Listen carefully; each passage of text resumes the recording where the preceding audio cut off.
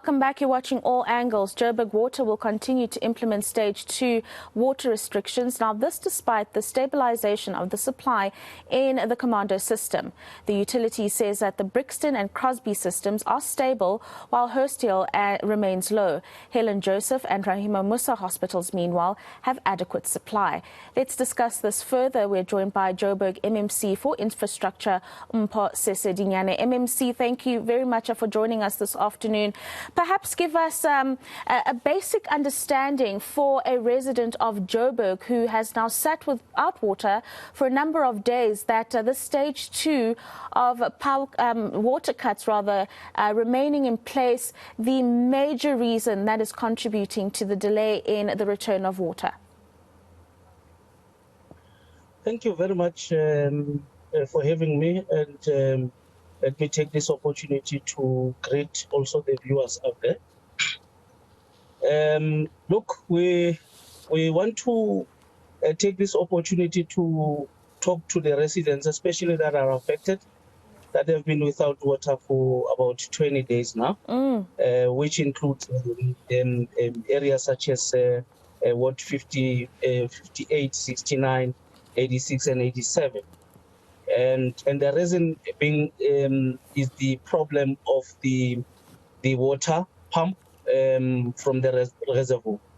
What has happened is that there was a power failure that could not actually pump water into the reservoir that supplies the areas that have included, that include Rahima Musa, as well as the hospital, from in particular rainwater. As they had a problem of actually providing or pumping water into the reservoir, reservoir actually ended up being dry and were unable to provide water. However, as of today, one had an opportunity to meet all the technical team, and they took me through the presentation, including to do an oversight in all these reservoirs, especially those ones that are affected.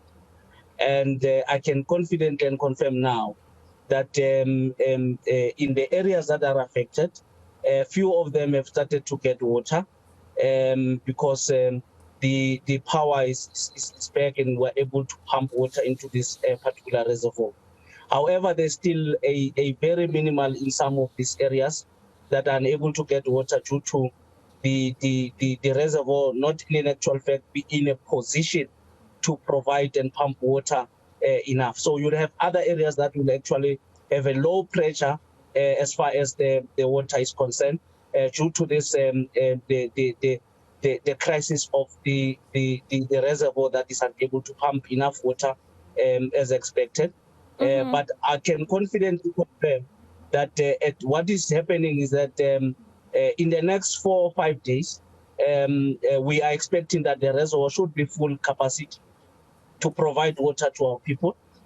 In the meantime, we'll continue to actually bring a support to ensure that we provide water to our people so that they continue to get water through water tanks and other means of ensuring that whilst we're working on the problem of stabilizing all the reservoir to continue to provide water, there is a contingency plan to ensure that we give to our people more water. And that is only the selected problem with, in particular, with that particular reservoir.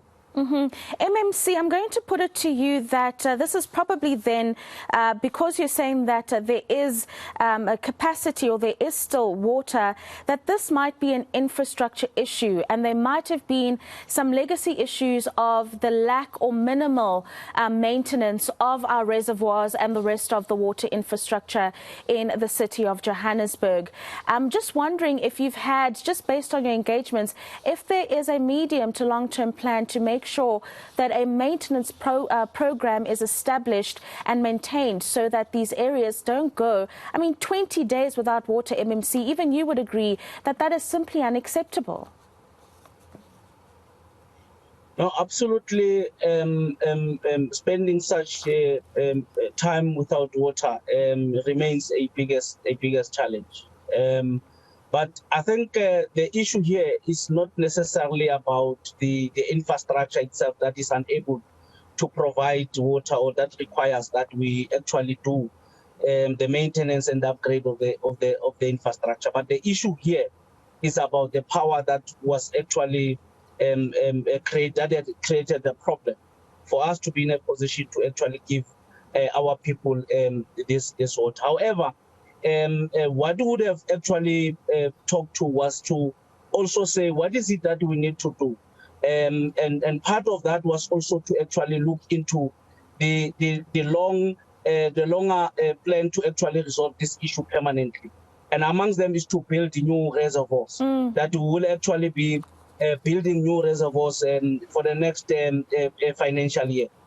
We can confirm that the Crosby pump station would be actually built, and as well as rain supply would also be built, including the last one, which is the Brixton, the biggest reservoir that we're working on building. So as we speak now, we would be actually investing over 360 million to ensure that the project of building of this reservoir happens and ensure that we don't have water interruptions in the meantime. But it also, what is also critical is that we must not actually only rely on only bringing tanks to actually give water, especially in a crisis situation. But what we're also looking into is to actually look at a process of putting in boreholes in all municipality places so that our people don't necessarily have to suffer for them to be able to get water. But I can confidently confirm that